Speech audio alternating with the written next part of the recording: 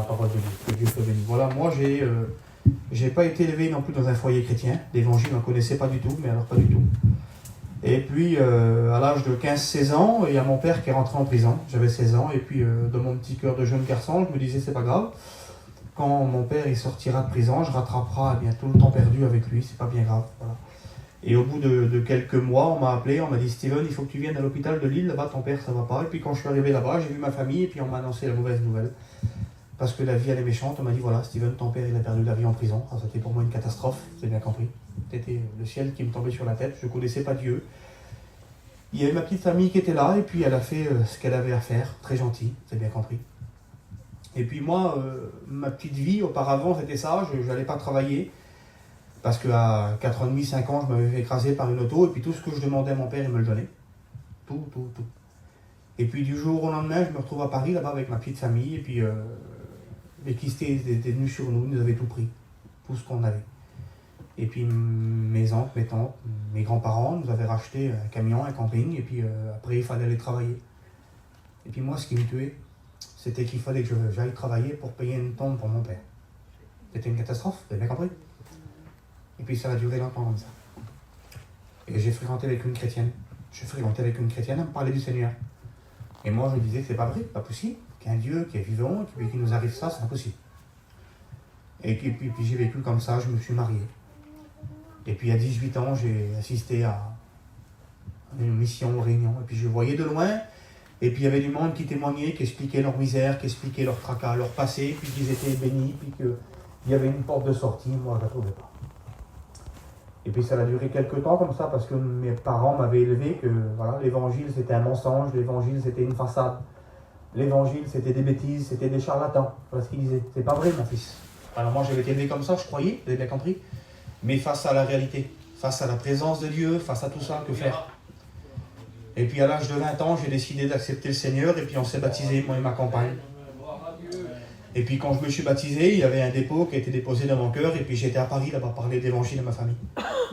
À ma mère, à mes oncles, à mes tantes. Ils m'ont dit, Steven, qu'est-ce qui s'est passé? T'as changé? Qu'est-ce qui s'est passé? Et puis je leur disais ça, moi j'ai rencontré Dieu, Dieu vivant. Dieu c'est vrai. C'est vrai, Dieu est vivant.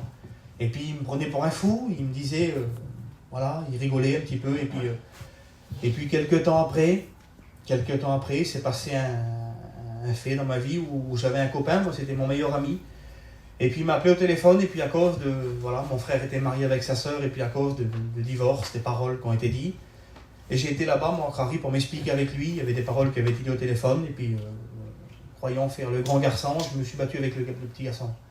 Puis je me suis battu avec lui, puis à partir de ce moment-là, il y a une haine qui s'est installée dans mon cœur, c'était une chose terrible. C'était grave parce qu'il y avait des paroles qui avaient été dites, c'était, voilà, il y a eu des coups de couteau donnés, des affaires, c'était vraiment compliqué. Et puis, j'ai resté 5 ans en rétrograde, 5 ans dans un terrain désigné où je ne voulais plus parler à personne dans le Nord, là-bas, je ne voulais plus parler à personne. J'avais plus de copains, j'avais plus rien du tout. Puis c'était comme ça. Et puis moi, ma vie, elle était comme ça, je gagnais bien ma vie, j'allais travailler tous les matins, j'avais des ouvriers, voilà, c'était comme ça.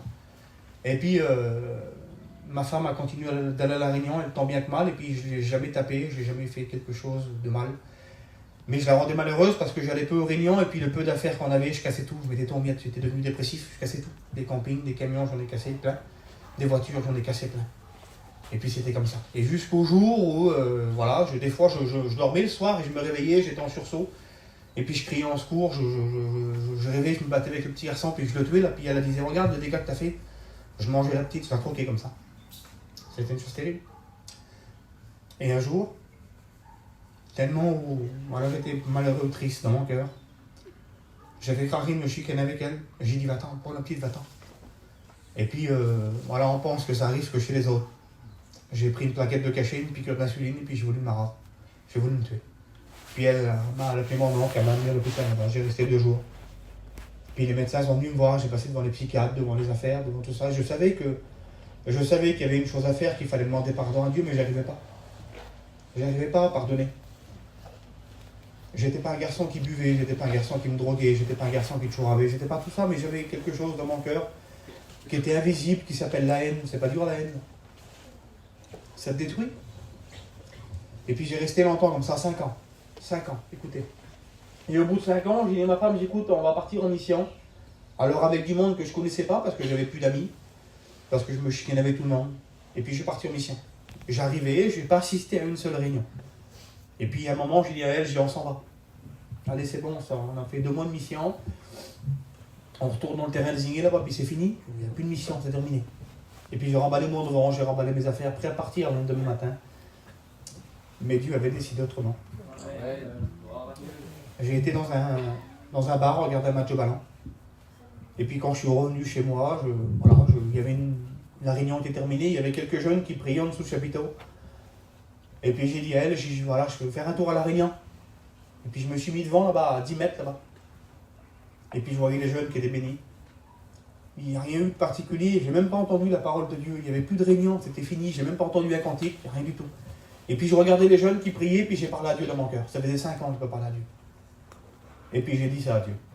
J'ai dit, Seigneur, tu m'aimes toujours? Et puis Dieu disait ça, dans mon cœur. Pas dans ma tête, mais dans mon cœur, il disait, je t'aime toujours. Et si tu veux, je recommence avec toi. Alors j'ai plié les genoux. Et j'ai demandé pardon à Dieu. Et puis les témoignages qu'il y avait, parce que des fois je passais devant les chapiteaux et il y avait des témoignages où les gens disaient, ma vie elle est transformée, ma vie elle est bénie. Des fois je ne le disais pas aux copains, puis je passais, puis je disais, comme si ça ne peut pas être moi ça. Je voudrais aussi avoir la paix moi. Et puis je ne l'avais pas. Et là, c'était mon tour à moi. C'était mon tour à moi, c'était à mon tour d'être béni.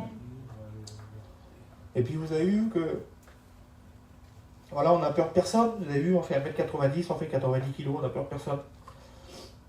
Devant un homme, on va plus se battre, pas de souci. Mais devant Dieu qui nous aime, qu'est-ce qu'on va faire? On va faire quoi? Alors j'ai demandé pardon à Dieu.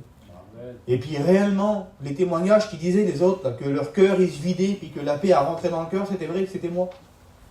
Alors j'ai pris le téléphone, puis j'ai appelé le petit garçon, j'ai dit, mon cousin, je te demande pardon. Je suis un chrétien, je te demande pardon. Et puis Dieu a arrangé la situation, tout a été arrangé, ma mère à travers ça s'est convertie.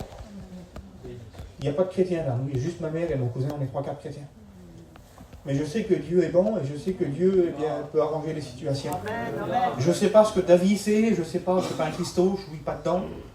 Mais je sais que si tu demandes à Dieu d'arranger la situation là, Dieu il va le faire. Parce qu'il a tout pouvoir.